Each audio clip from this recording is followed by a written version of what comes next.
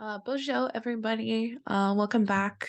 My name is Sage Batatigus. I want to thank you for listening to me after the week one grounding and identity workshops.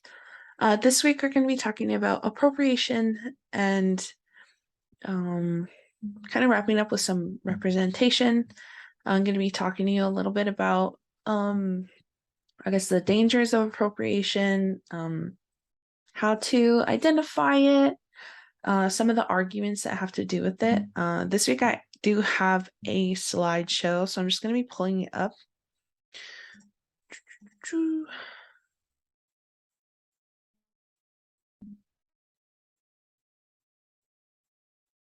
Share my screen first, I suppose.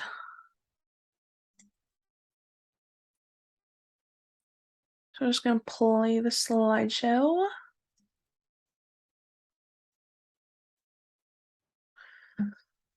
Yeah, so this is the appropriation module. Here's a bit of the agenda. We're going to do a little recap. So last week we talked about the identity and grounding. We also really touched into a lot of the history. And what I was trying to impress upon you was the importance that we do have that history and we're able to name it. And that continuing of that information is extremely helpful for like people's identities today. Like myself, like I hugely rely on like ancestral knowledge and like keeping that information going. It helps inform who I am as a person. And in that reflection of that talk, I was hoping that you guys would be able to reflect upon that as well. An intro. Yeah, so just getting into like some definitions of appropriation.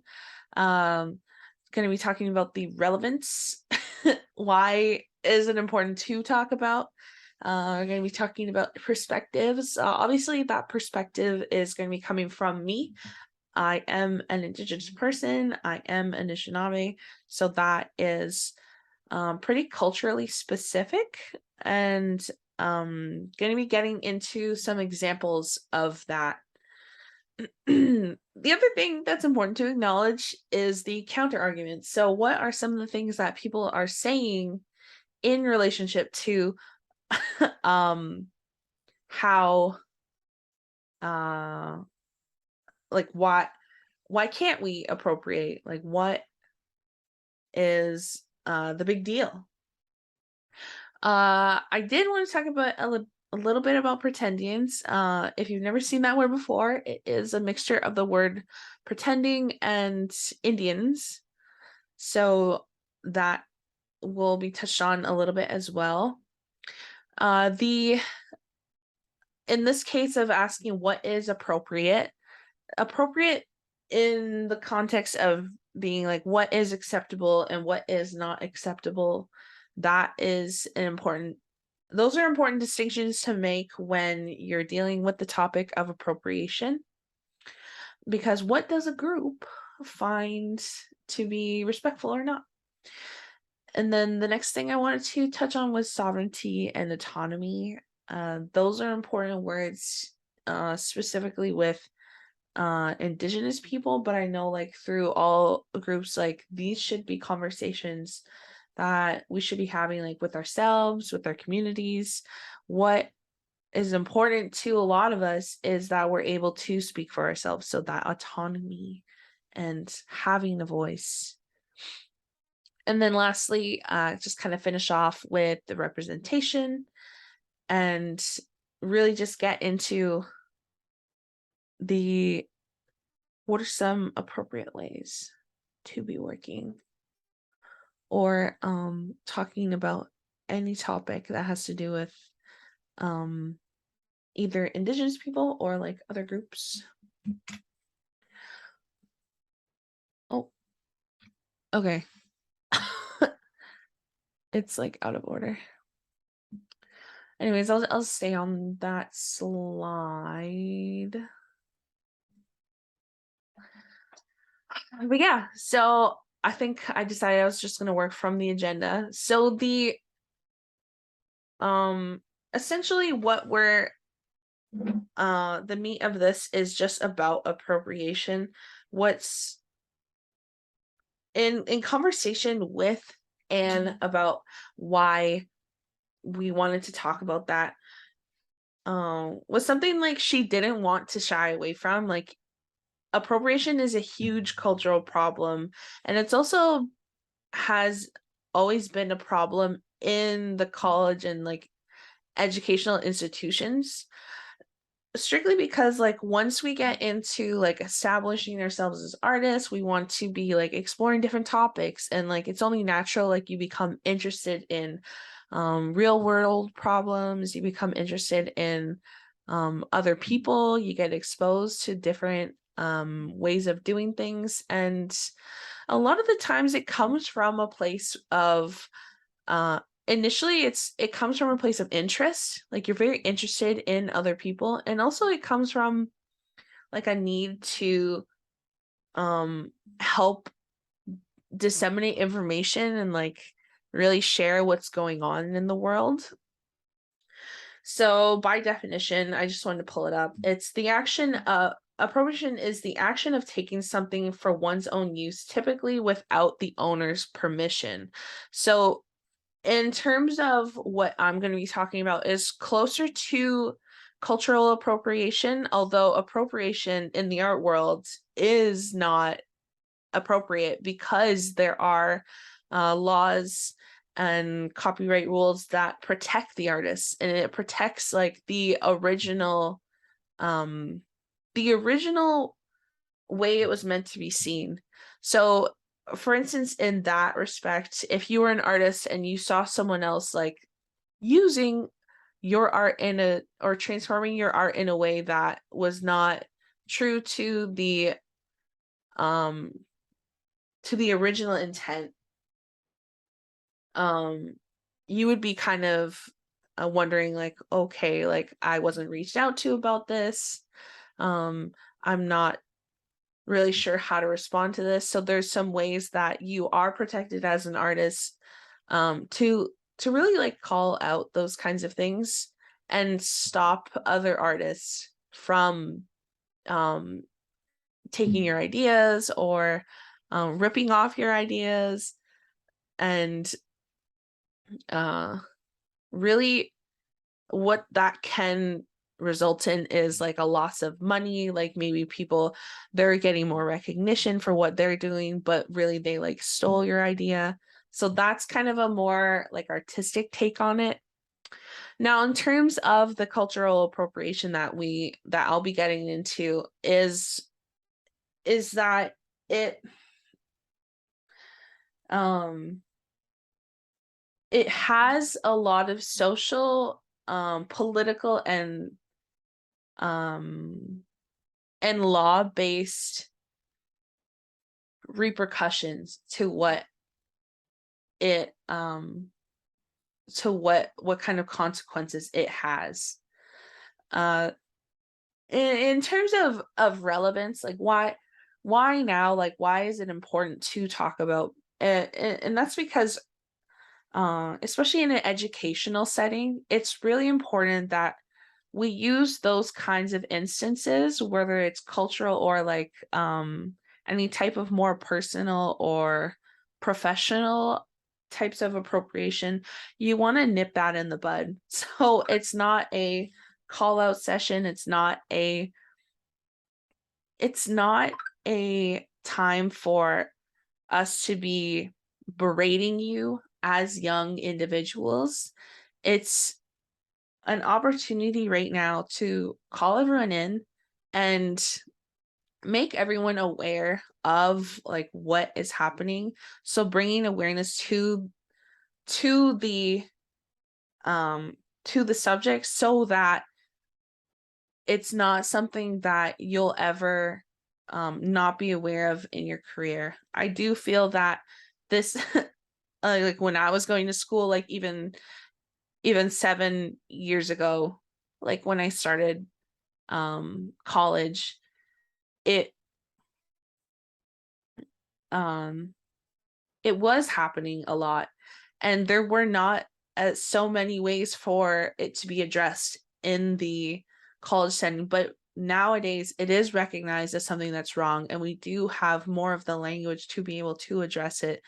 And we are given the spaces like this to talk about it so that um sorry, I'm just turning off my phone. We do have the spaces to talk about it so that you can ask questions, or you can like learn in a safe setting, and that's specifically dedicated to learning. Like, this is a learning opportunity. So I'm just going to jump into perspectives. Um, Obviously, what we talked about last time was the specific um the specificity each and every one of us has as individuals, in terms of like where we come from, who we are. It's really quite unique. We all belong to different social circles. Like, we also like operate in right now, like we operate as like colleagues because we're all in the same learning environment. We're all like learning together and also like working together. So we're building relationships in spaces that aren't just like where we're culturally, socially located. So we're existing with other people all the time. So that said, when we talk about appropriation, we have to always acknowledge that the things that we say or the things that we do at all times, they do impact other people. So as much as we like to think that I'm just like a lone artist, like I'm just getting started in the world, and or that you feel that what you do as an individual doesn't necessarily impact other people, it's not true, because we exist with all these other groups, and that is always important to acknowledge, because the things that we're going to create as artists will always be in a sense consumed by other people, and those other people have a right to their own response to the art that you create. And so your responsibility as an artist is to also take into consideration the audience for your art. And that may not mean that your target audience is always going to be the one that is consuming your art. Like, you may there may be people who come across your art, maybe people who don't understand your art, and while I do feel that it's it's not always important to answer everybody, there are some uh like social rules that we do have to follow as artists, where if a group of people is calling you in, it's I don't feel that we should be dismissive right away, like, oh, they just don't get it, or they just obviously don't understand. Even if you don't like the way someone is criticizing the way you're doing something, it is important to um you don't have to tolerate like swearing or any type of abuse, but what kind of true line is coming through what they're saying? Like, maybe they're very upset with something that you've done, and their anger is coming out in their message. Um, Especially when it's coming from historically exploited groups, those kinds of criticisms are coming from a group that maybe they're um historically exploited. I've heard also the the term like we've been we're not oppressed, we're not just oppressed people, we're historically pillaged. So that is kind of referring to like we didn't just lose or like have land stolen as indigenous people. We didn't just have like um our people enslaved, say if you were a black person, or we didn't just have um our any type of culturally specific group, like for example, for them to they we exist like with that body of colonialism um s- or racist history that affects us to this day. And so usually if those you can see the hurt in people if they're impacted negatively by your work. um and it's important to acknowledge some of those wrongs, like is there something you can do about it? um and that's not to say you're pandering as an artist. So pandering meaning like you're giving into what everybody wants you to do as an artist. Like that's not what respecting hurt voices is. It's acknowledging that your audience is wider than maybe you thought, and taking a look at like, is there something I can do to change the impact that this has? um the funny thing about that is, if it's something that you're not interested in doing, is that you may very quickly be um acknowledged by any social scenes you inhabit, or any type of like artistic scene you're trying to get into. A lot of people like don't tolerate that in their workplaces. They have specific avenues um for marginalized groups or like oppressed people to be able to report those kinds of things, so that it can be addressed.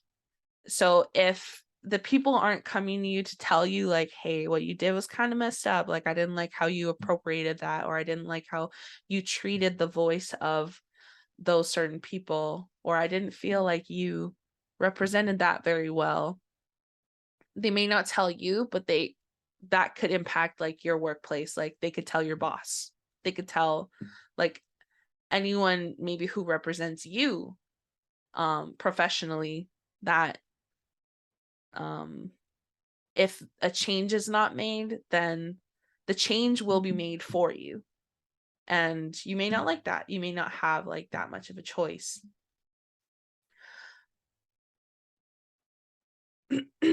So I did want to talk about some examples today of cultural appropriation.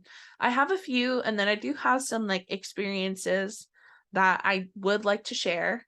The first thing I wanted us to do is actually watch a video together. I just want to stop my share and then re-share to make sure that I'm also sharing audio. Sometimes it doesn't pick up. Share sound. There we go. Okay. And then I'll come back to this agenda.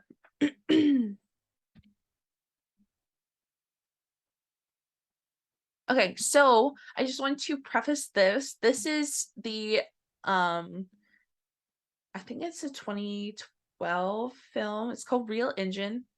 And when I first got into film, this was one of the films that was recommended to me, and I remember watching it on TV all the time and just being like super fascinated about it. It's about Indigenous representation on screen, and what they talk about in this film is a lot about um the misrepresentation of Indigenous people, and they talk about how the images really overshadow how Indigenous people are viewed, like specifically Native American, how we're viewed in real life, and how images affect who we are as people. Where's Windy Bill? That little fella right over there. I'd like to challenge Windy Bill. You bring it on, cowboy!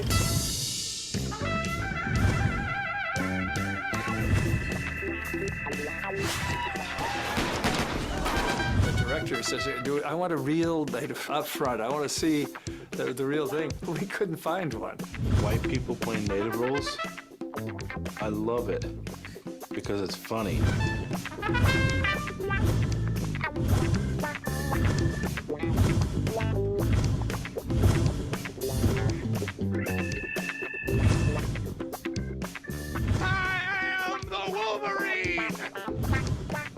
For so long, you probably thought that Indians never had a sense of humor, you know?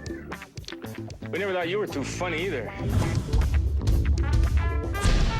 There's always this kind of John Wayne guy that is sort of the moral standard that represents America. Break out the green. Dances with Wolves. It was a box office hit. It picked up several Oscars, including Best Picture. It's a story about a white guy. And Indians are the TNA. I had to learn Lakota. Okay, I can't even speak my own language. The only language I speak is English, and not very well.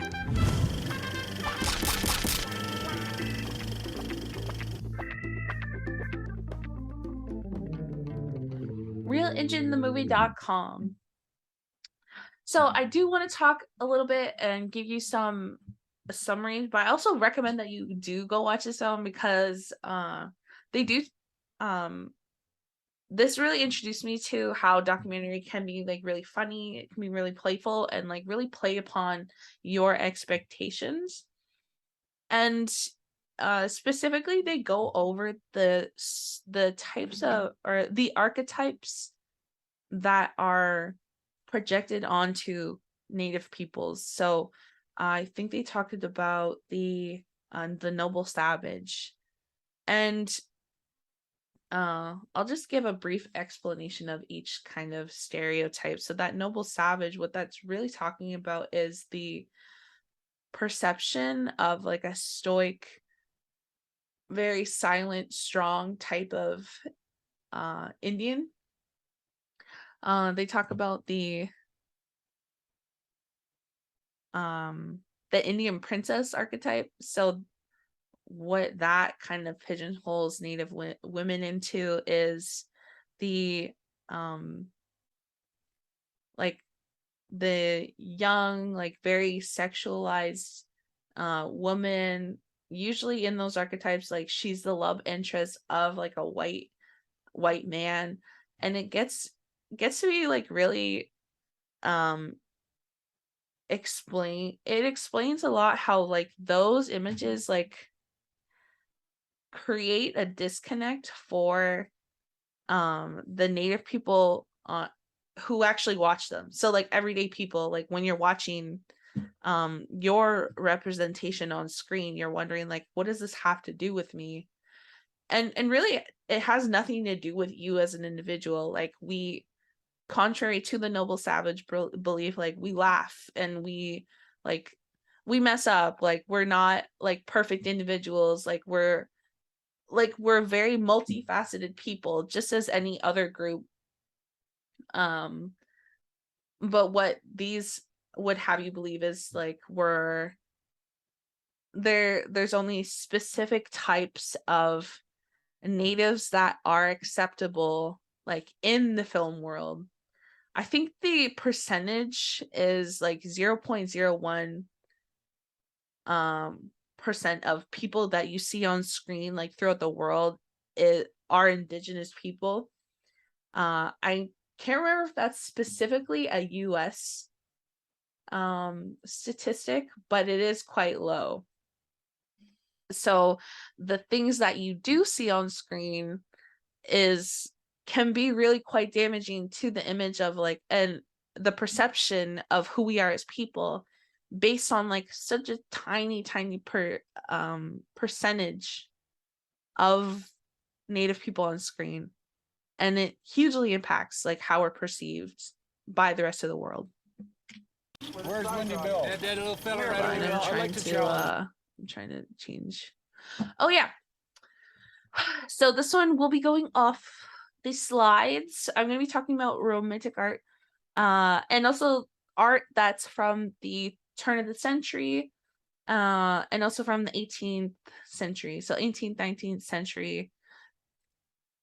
I just want to preface, like, this is something that I really got into learning about when I came to college, so the first program I took was an art history program at OCAD, and they touched on it a little bit, but when I started to learn more, I was able to understand and connect to how the art world was actually very hugely responsible for the perception of natives and prescribing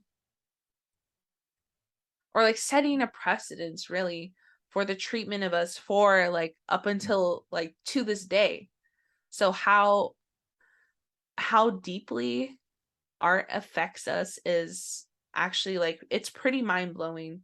The mentality that someone had like 200 years ago or like at the forming of like pre-Canada, so pre-Confederate treaties, like that's how deeply that we are affected as, or you guys as Canadians or like world citizens, how you connect to like the image of Native people. It runs back to the times where they first came here, or Europeans first came here, um or when they started like making treaties with us. um that's how far back we are affected. So I wanted to pull this up. Oops. Yeah, so I have the article here. So this one they talk about 20th century, or sorry, 18th and 19th century art. Specifically like it says here Euro-American. So that is talking about I have another link there. But the specific pieces of art that were created at certain times, what they do is they actually talk to certain artists and get their impressions on like what the art actually has to do with every with them. There was one specifically I wanted to talk about. The okay, so this one, let's have a look at it. It's called The Mexican Dying Girl. It was made in the 1800s. And if you can imagine what was happening down there at that time, obviously a lot of colonization. So this person says the noble maiden is demure, lying in a sexually available position, her nose and chin pointed aimlessly at the sky in a sign of resignation. Her hand gently cups the bare wound under her breast while her left hand clutches the chain of a cross, a final attempt toward her salvation. She dies forlorn, a casualty of the conquistador lance that pierced her sinews, welcoming the New World, Christianity, and quote unquote civilization. But what of her own voyage, of her people's war to resist foreign occupation? Mexico woman, land imagined as disposable flesh ripe for violation. What did she yearn for in her own wayfaring before the invasion of Cortez? Here we are all Malinches, frozen in time, being chiseled and gazed at, subject to the white man's exploitation. So I feel that what this person's referencing at this time is like the white man's exploitation. And if you've talked about or like listened to art before, like a lot of art has been made for like the white gaze. And so what that's talking about is gearing your art towards a certain audience, like for specifically white people. Like if this had been made for Native people, it probably first of all, it wasn't made for Native people. But if a Native person looked at this, like me personally, it's like I don't connect to it. I think maybe like, oh, like obviously this is an indigenous person, they're wearing feathers, but like what does that have to do? And they talk about the symbology like of Christianity and civilization, and how we as indigenous people, like, it's just kind of inevitable that we're going to be conquered, we're going to be civilized, and it's it comes at the cost of the death of our women. So that's pretty messed up. They also talk about how actually landscape portraiture like had a lot to do with the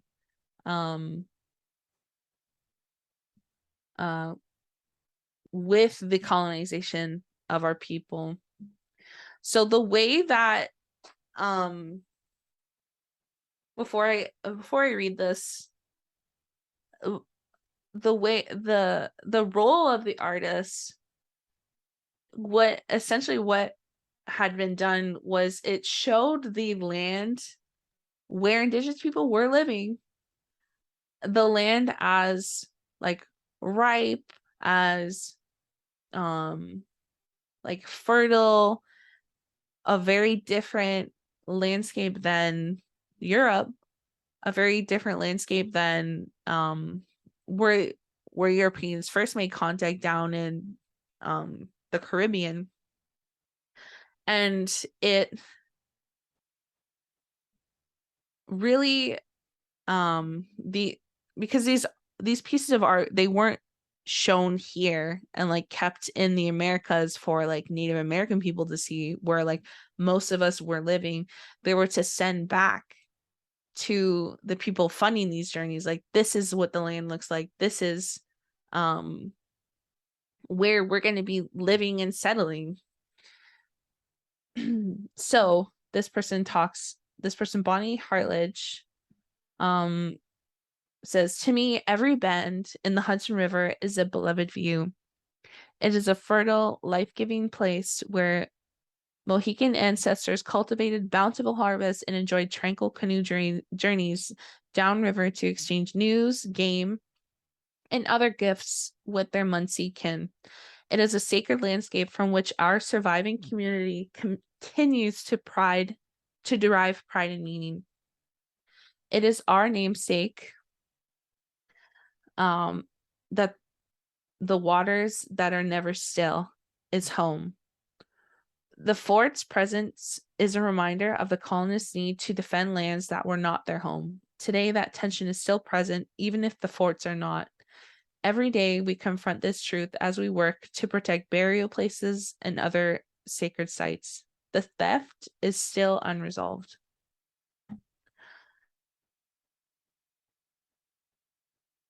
I just wanted to see if I could find other pieces of art.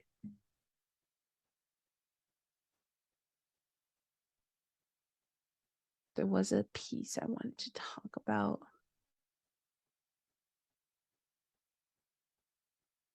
But essentially, in these pieces of art, it was to portray the people in a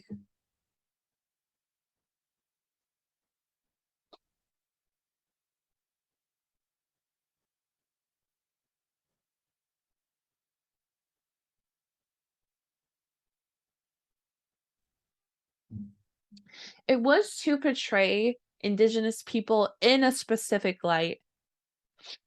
One of the things that I remember learning in those art history courses was about how in the hope of Western expansion, the portrayal of the land and of the people was hugely instrumental in making sure that the land was able to be colonized. And so the way that art played a tool was in the propaganda of how the people who were originally here, like how we were living and how we weren't, how we were interacting with the land. So when you think of Native people, do you think of how we were using the land? In a lot of these pieces of artwork, what it kind of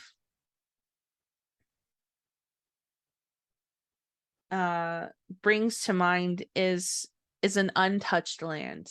And that specifically, if you have ever heard the term terra nullius, which was used by the church actually to describe this land, is empty land.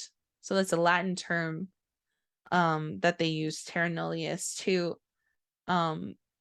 to basically describe that this is empty land, not inhabited by Christian people. And so through actually doctrine, in the papal bulls, like straight from the Vatican, it was used as a means to colonize the land, because there were no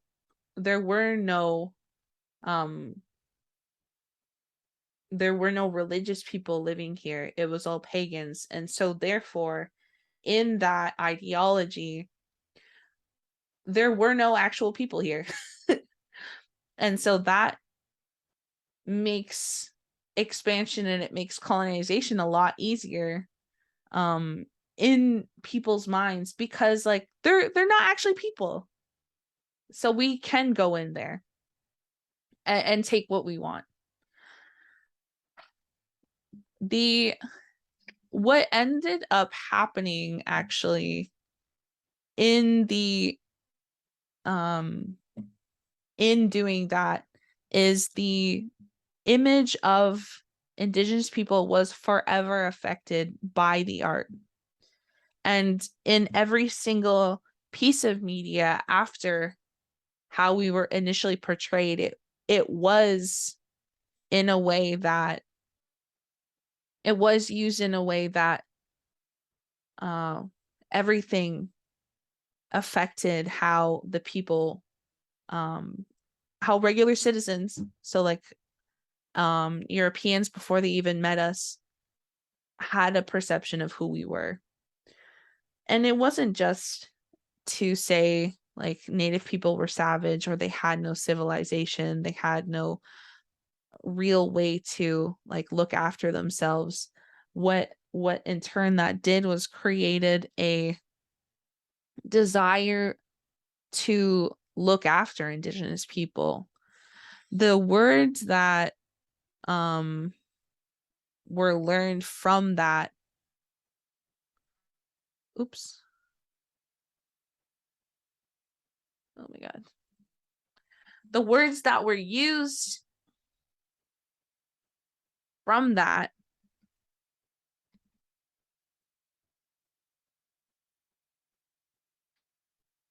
is treating these full-grown nations as children.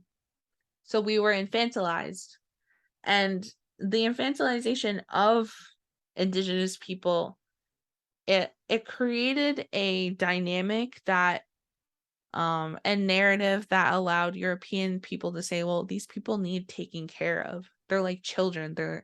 They have no laws. They have no civilized ways of being. Meanwhile, it was just not the civilization that like Europeans were accustomed to.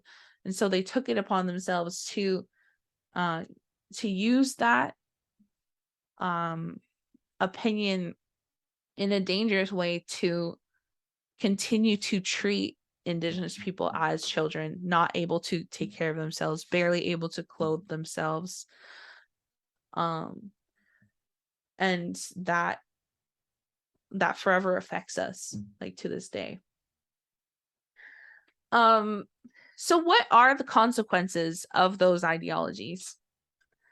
And this is something that I want you to think of before like we get into it. Like, what are the consequences of that type of representation in media?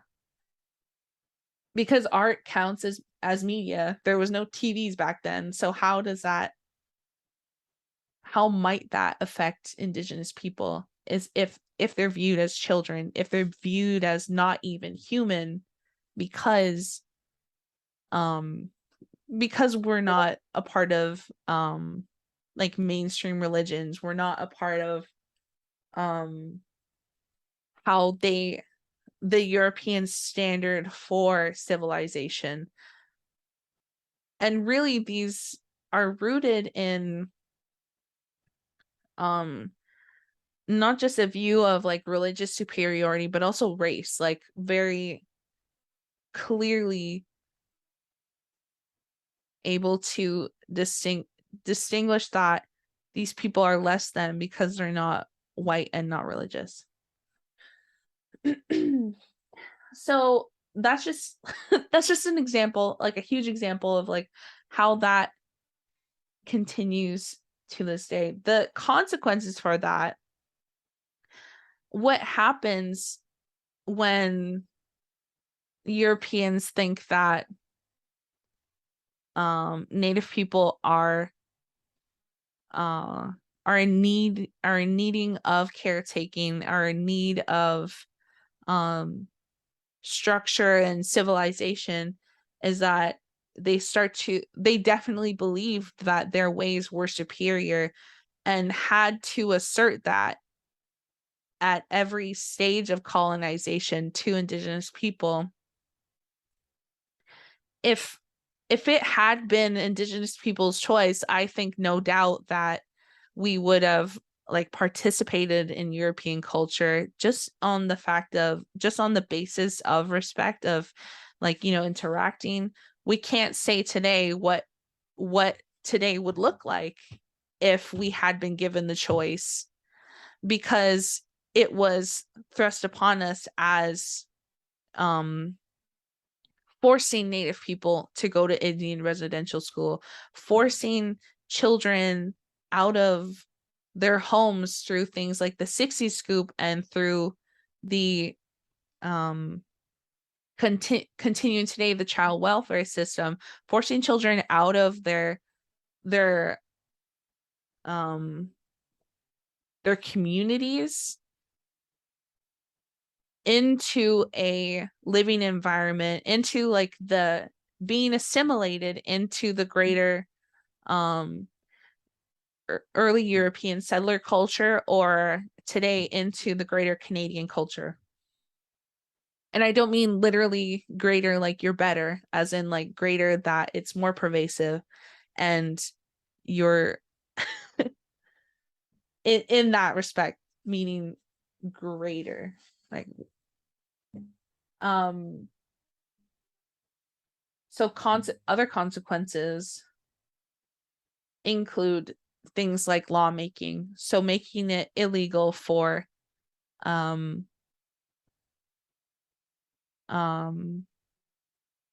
parents to stop the police from taking, or the RCMP from taking the children and putting them into residential schools. And the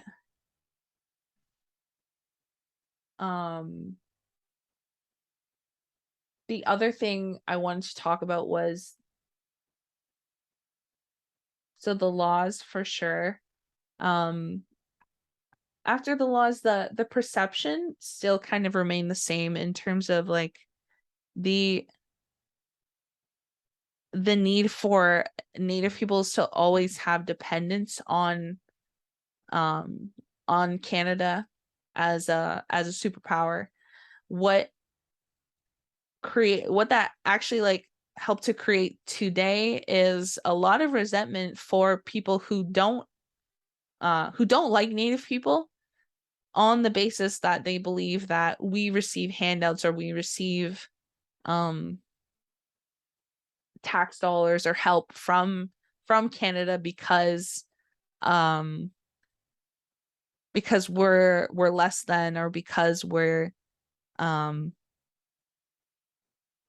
not seen as like equal to the rest of Canadian society. So I remember being a kid in school and down the hallway someone looking at me and saying to his friends, like quite loudly, like obviously he wanted to be heard, him saying, "Man, I really wish I didn't have to work. I really wish that I could live off Canadian tax dollars, or like all I'd have to do is work a minimum wage job. All I'd have to do is live off other people's hard work. It'd be so easy to be a Native person. And I just remember being like so appalled, like, how do you counter that? He seems to know a lot about, or seems to think he knows a lot about who I am as a person, what I've done, where I want to go like professionally, and that kind of hatred like brews. It doesn't start at like a 16-year-old in high school. Like that comes from like how you're raised in terms of like maybe how his parents perceived like um Indians from when he grew up, or how he perceived like how um we we were treated in media, because he had never actually spoken to me. He might have spoken to me a couple times, but for him to say that in a very public setting, in a very like vocal kind of like way, it's like, what's the point of that? Like, why what does you saying that to me have to do with me receiving tax dollars? And we don't, by the way, if that was a question that you had.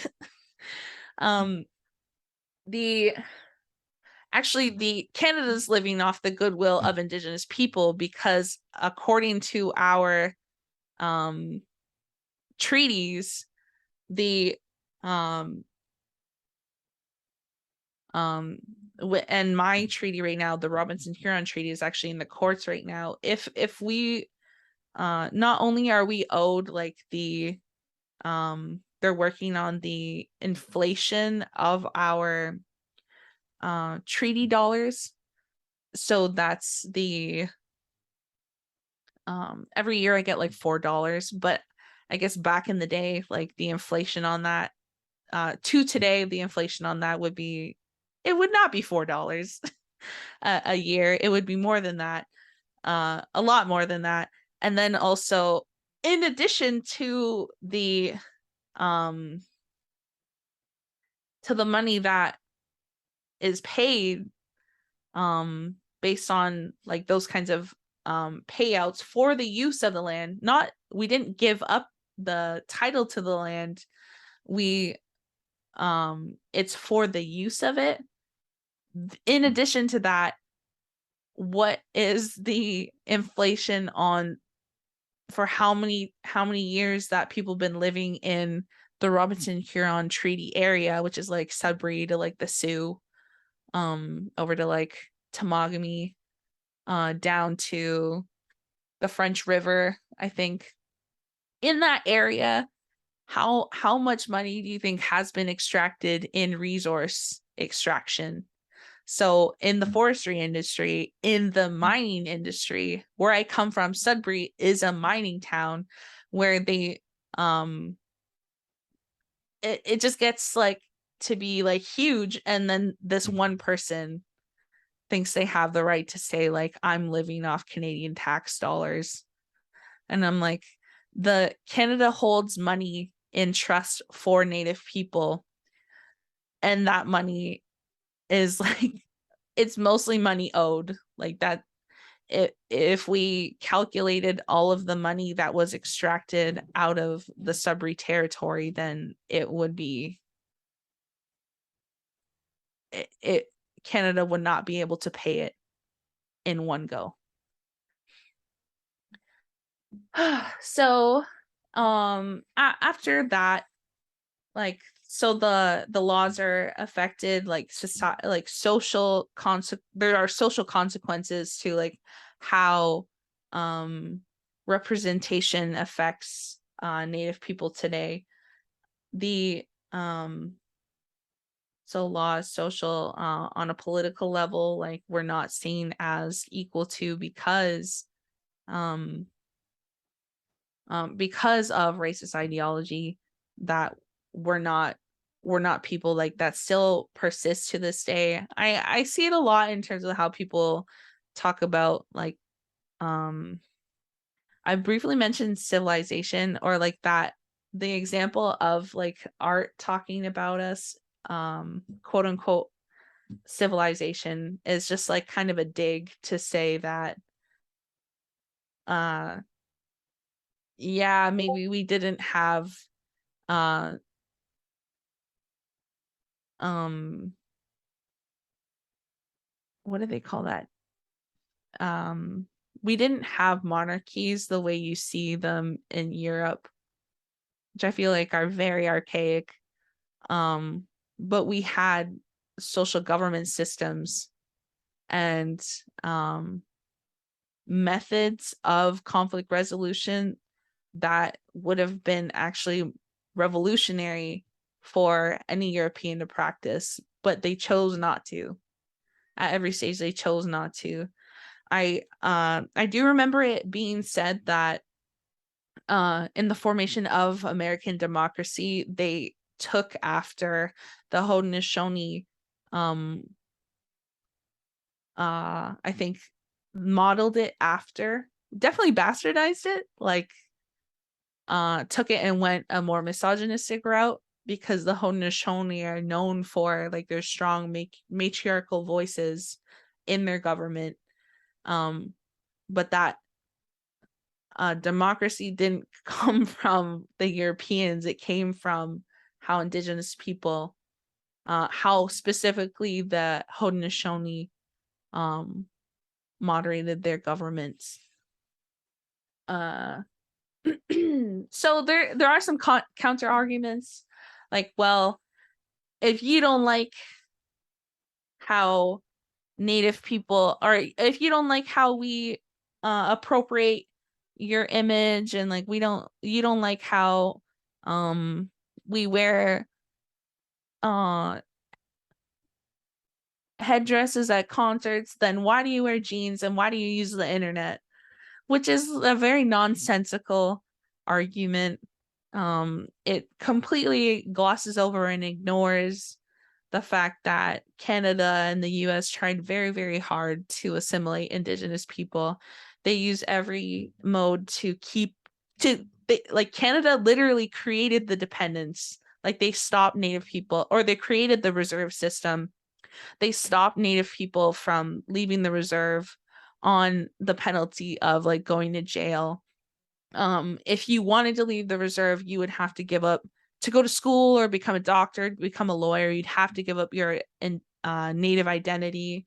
There's like a lot of things put in place, which you can go and research because that is part of your history. You can go and research that stopped us from practicing who we are as Native people. So it just goes to show you can't both penalize me for participating in things like wearing jeans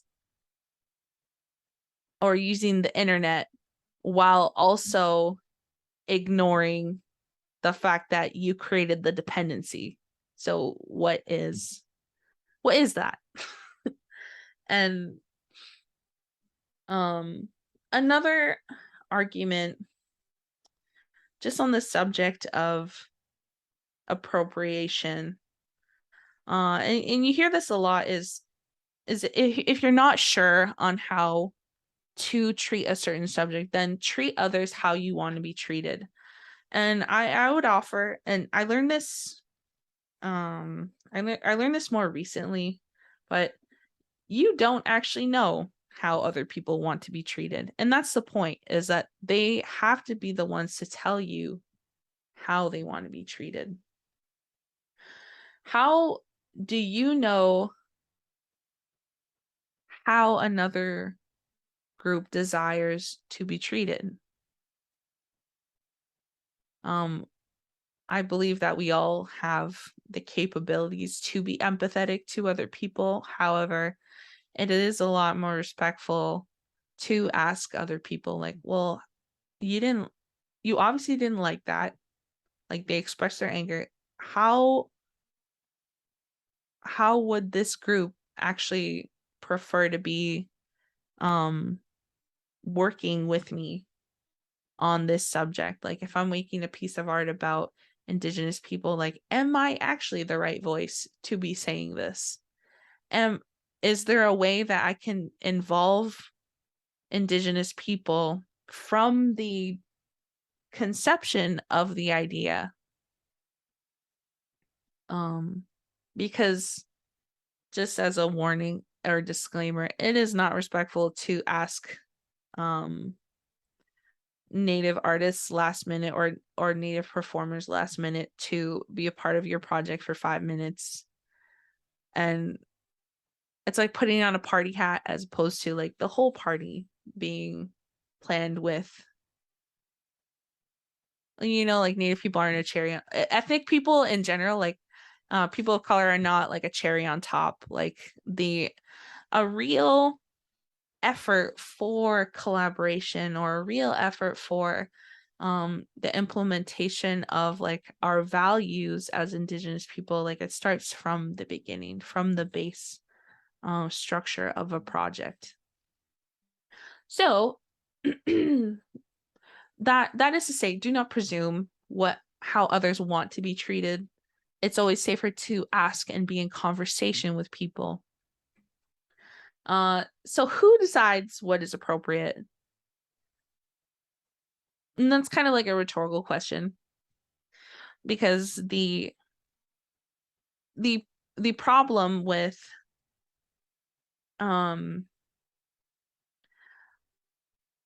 finding proper representation, it has a lot to do with entitlement and people feeling entitled to telling stories that are not their own. And you might be saying like, well, that's what authors do. That's what a lot of artists today do. Like they're able to like assume like and I don't mean like assume, they assume a voice that allows them to tell a story and in a sense like take on authority to tell a story. So that's why I say you'd have to be careful and you'd have to like exercise a lot of caution, but I don't mean walk on eggshells. I mean like exercise like your own discretion as an artist, like in maintaining your authenticity and being known for being genuine. Is that something you want to be known for in the first place? But ensuring that entitlement is off the table, especially when you're dealing with how another group wants to be respected. I would say like if you've seen that Britney Spears documentary, like she was living under that conservatorship. If you look at it from that perspective, a lot of groups in Canada who have been historically pillaged have been living in a sense under that, in that way, and it's not easy to get out of. Like we can't just get out of the Indian Act, we have to have something to replace it.